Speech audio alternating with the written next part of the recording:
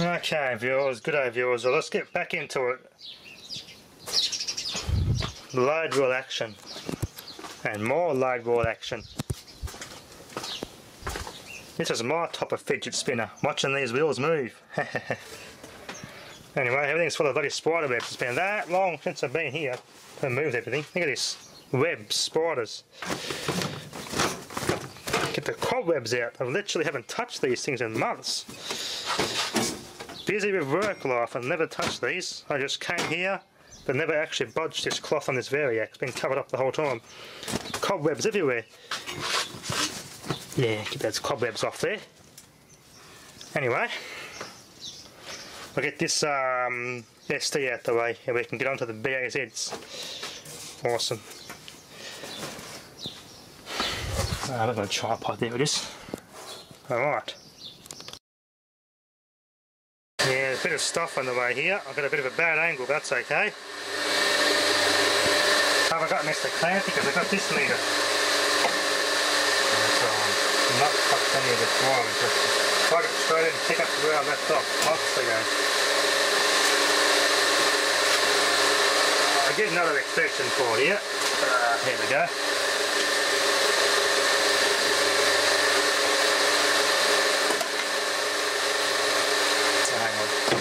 I got these Burton extension cords that are gooed up internals there.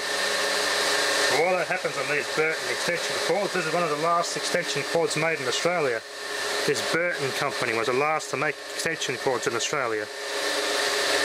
Bit of a shame, 1994, I think 1997 was the last year they made extension cords in Australia. Of this consumer type. You don't buy it at all now.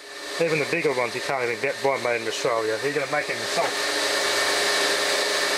Cord, plug it in. Variac to 0. Alright, plug it in there. Alright, let's crank up.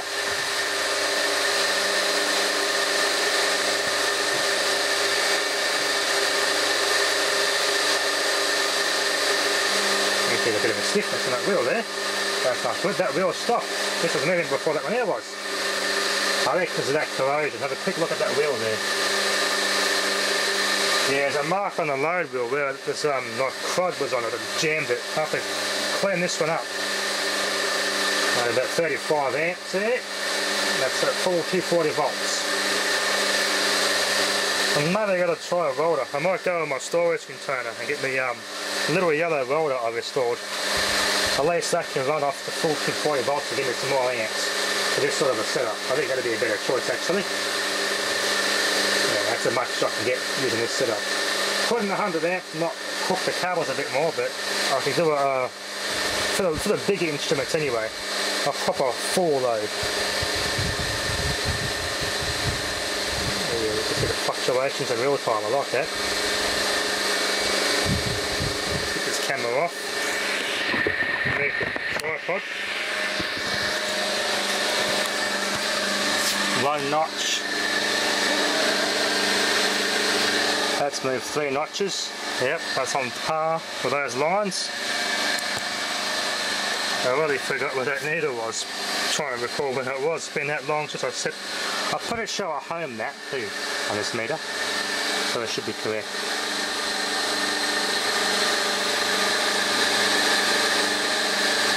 Nice and hot here, so I got the fan cranking. Put some more power behind it actually. Let's get this faster.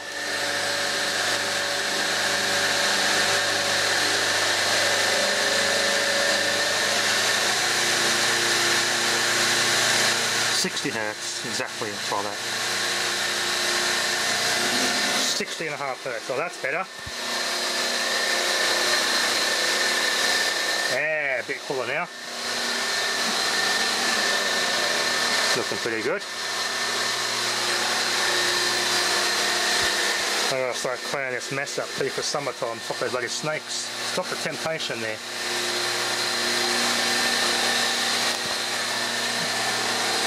This is my top fidget spinner. Yeah. Look at that. Look at those hairy brake magnets and that disc moving.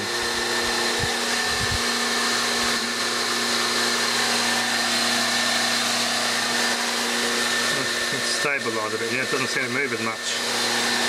It's fluctuating a little bit before that needle. I think it's because as the wires are heating up. Halfway through, we're halfway through the test.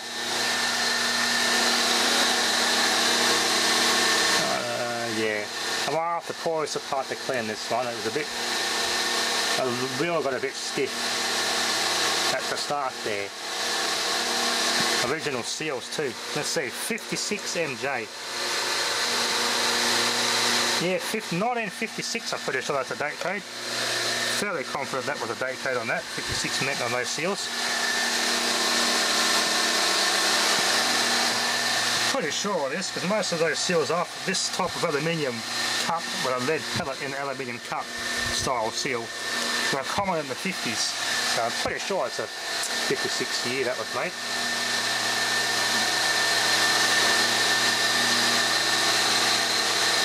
MT, I've got more on this time switch. MT, and it's got 59. They got 59 on them, so that's 1959.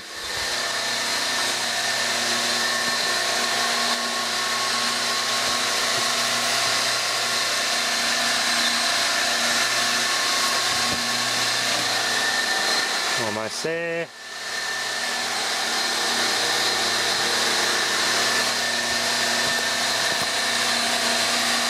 $35 amps constant going through that.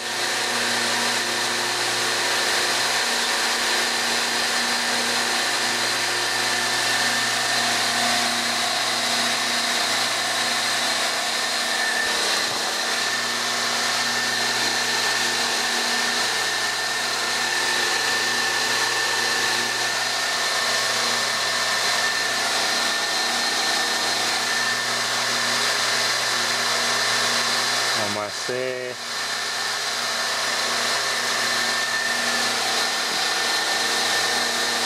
Yeah, it's on par now. I just said when I started it was a bit stiff. Yeah, I'll put this on the side for a good clean up. I'll give this on a good clean up. It's going to smell lovely in there. Only a true hardcore meter collector will know the smell inside these meters.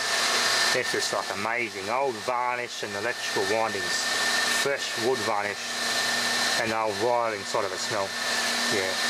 You got to be a hardcore meter collector to understand that sort of aroma you get inside these. Same with time switches of this era.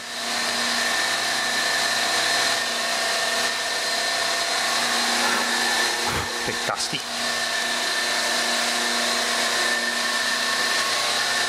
Almost on it there.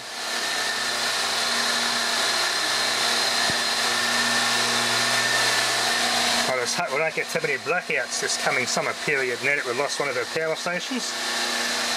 This state ends up like South Australia, they're going to have to invest in some backup generation.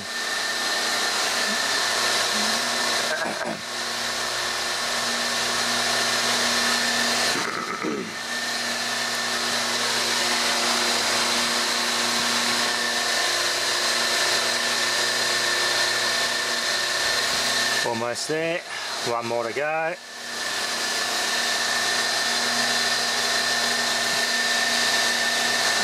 I'll simulate a mains fluctuation with a variac. There we go. Bit of fluctuation there.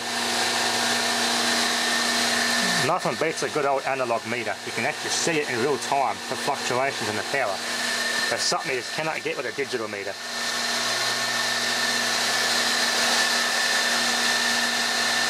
A little bit of fluctuation still there. Probably as the things heat up and the resistance changes. Especially it's a bouncy sort of a response. You can actually see it properly. Okay, variac on 0. We'll unplug safety first. Isolated device. Let's clean this bad boy up. Get that muck out of there.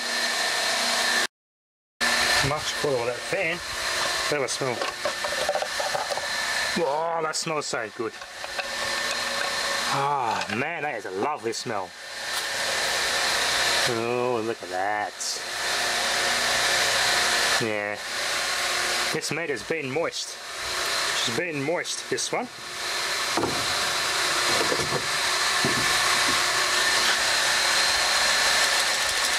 Carefully. Had a bit of moisture in her. Just something you normally see from Queensland. This was in Queensland on its life on the coast.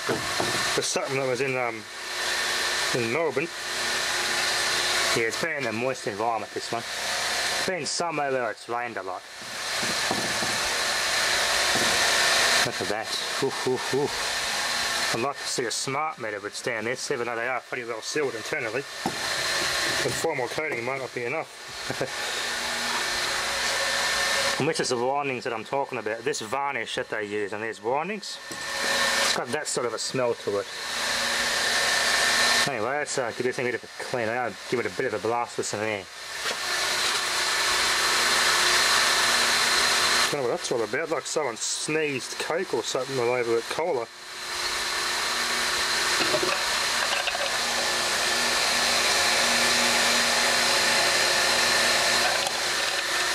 That's the side of it, which looks like, it's interesting I made a mark on the side there.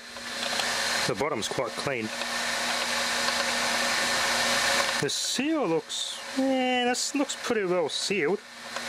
The seal looks good all the way around.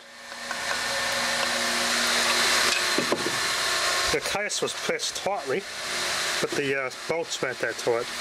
Trying to figure out where the moisture would have got in. Pretty well sealed. Anyway, that's a mystery.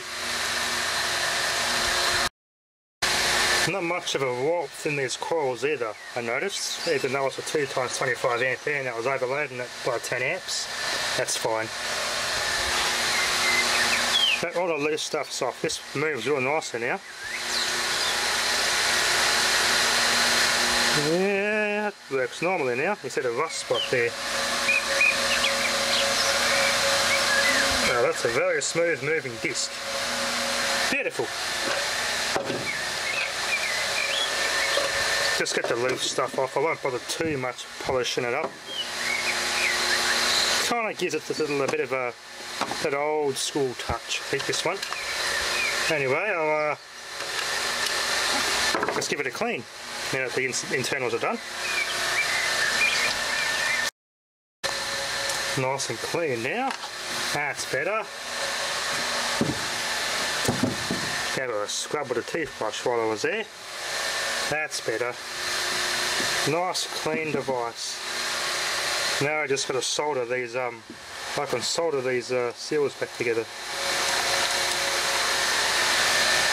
Homed it up on the mark. You see I spun it off the line there by turning up by hand. Nothing's back running smoothly, so beautiful. That'll be enough for now. Thanks for watching.